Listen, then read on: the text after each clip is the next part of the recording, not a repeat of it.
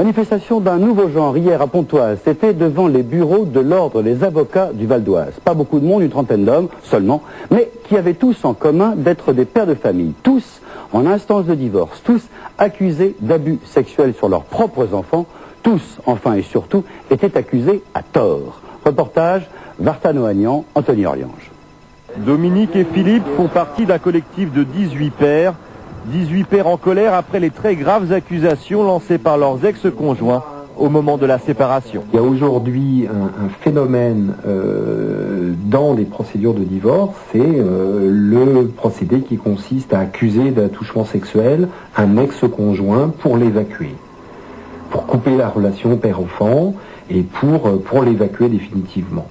16 de ces pères divorcés ont déjà été innocentés par la justice. 2 autres attendent encore leur procès, mais pour chacun d'entre eux, c'est trop tard. Le mal est déjà fait. Le collectif soupçonne des médecins d'avoir rédigé des certificats de complaisance et accuse surtout une avocate de Pontoise d'encourager ses clientes à lancer de fausses allégations.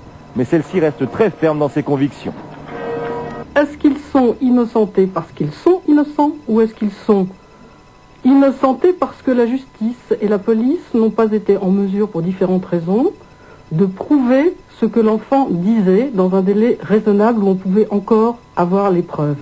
Devant la multiplication des accusations d'abus sexuels au cours des procédures de divorce, le ministère de la Justice vient de mettre en place une commission composée de juristes et de psychiatres. Je me bats pour qu'on développe des alternatives à la judiciarisation. Autrement dit, proposer une approche d'évaluation psychologique avant une phase judiciaire qui fera des dégâts, que l'abus soit avéré ou qu'il soit simplement fantasmé.